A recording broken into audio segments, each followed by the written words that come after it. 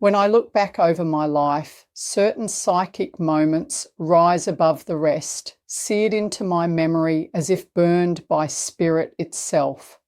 One of my most vivid memories unfolded when I was a child, starting school in the small town of Spearwood, just outside Perth, Western Australia. I was enrolled at St. Thomas More, a Catholic school chosen by my parents, both of whom were committed to the faith, especially my father. My mother, Sarah Kulkens, supported us, having once earned top marks in religious studies.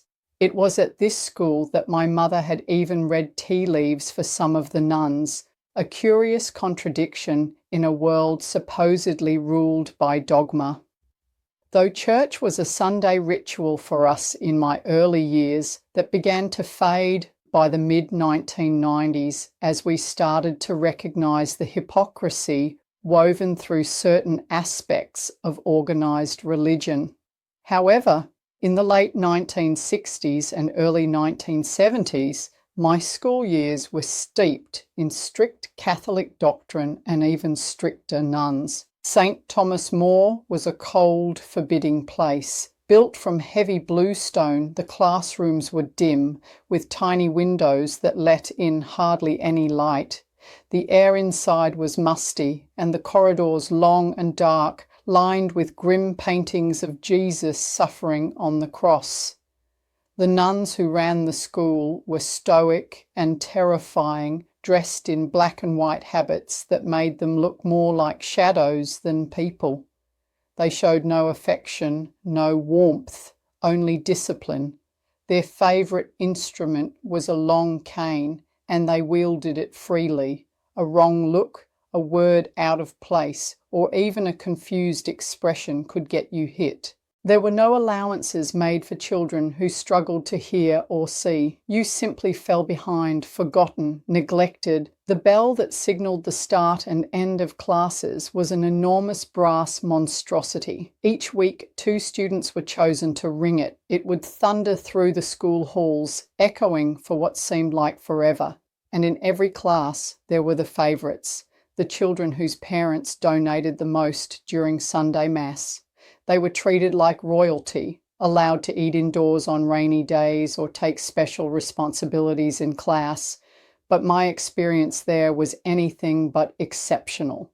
The daily abuse, the cruelty hidden behind religious garb left its scars. Yet it was also in that eerie environment that one of my earliest and most chilling psychic visions came to pass. The school was built near a railway crossing. Trains passed by regularly, and every time they did, we would all instinctively rise to watch through the classroom windows, our only reprieve from the strict monotony of schoolwork. The nuns hated it. They would slam their canes against desks, forcing us to ignore the thunderous metal beasts outside. One morning, not long after I had taken my seat at school, I heard crying outside the classroom. A child's voice. Curious, I looked toward the window. I couldn't see the child clearly at first, but I could hear him sobbing and calling, "Mum, Mum, look, a train." Then I saw it. A small red car stopped on the tracks. There was a person in the driver's seat, didn't appear panicked. Their face was eerily blank, almost trance-like, staring straight ahead, as if frozen. The little boy, perhaps 4 years old, stood outside the car, just meters from the school building, yelling for his mother. The train was fast approaching. I couldn't take my eyes off the scene.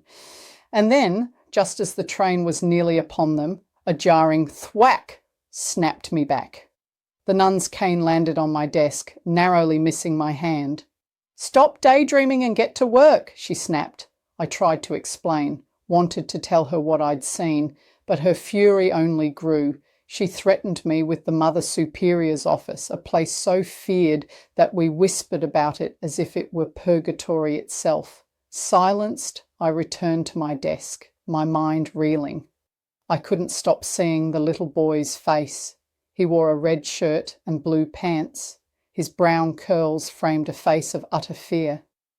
When Mum picked me up that day, she immediately sensed something was wrong. I told her what I saw. Her response puzzled me.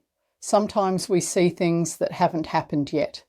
At the time, I didn't understand, but a few days later, her words made sense most horrifyingly. It was shortly after lunch. The class was quiet, the atmosphere unusually calm. Then, once again, I heard the soft, unmistakable sound of a child crying. The bells of the rail crossing began to ring. The entire class turned toward the window. I rushed to look, and there it was again. The red car, the same red car with the same person inside, is driving. Only this time the little boy was inside the car, sitting in the back seat. How could that be? Days earlier, he had been outside the vehicle. This time they were both trapped. I stood and pointed, panic in my voice. That's the car, that's the train, that little boy is going to die. The nun stormed over and yanked the curtain closed with such force that it rattled on the rod. Sit down. But it was too late. The train was already upon them. The impact shook the classroom. A heavy silence followed. And then I felt her gaze, the nun's cold, burning stare, as if I were the devil himself, like I had caused it.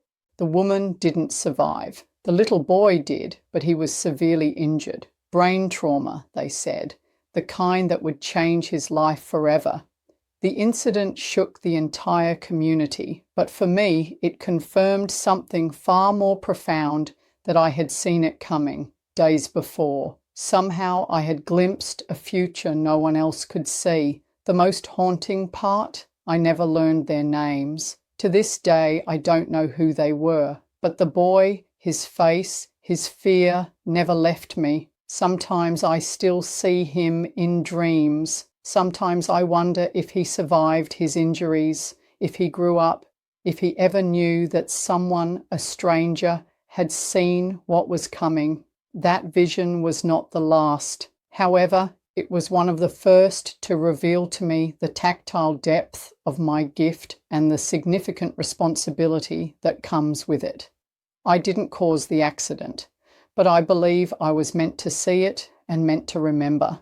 Perhaps, in some way, he meant to tell his story. This was just one of many psychic experiences that shaped my path, a path woven with visions, whispers, and encounters from the other side. Sarah Kulkens,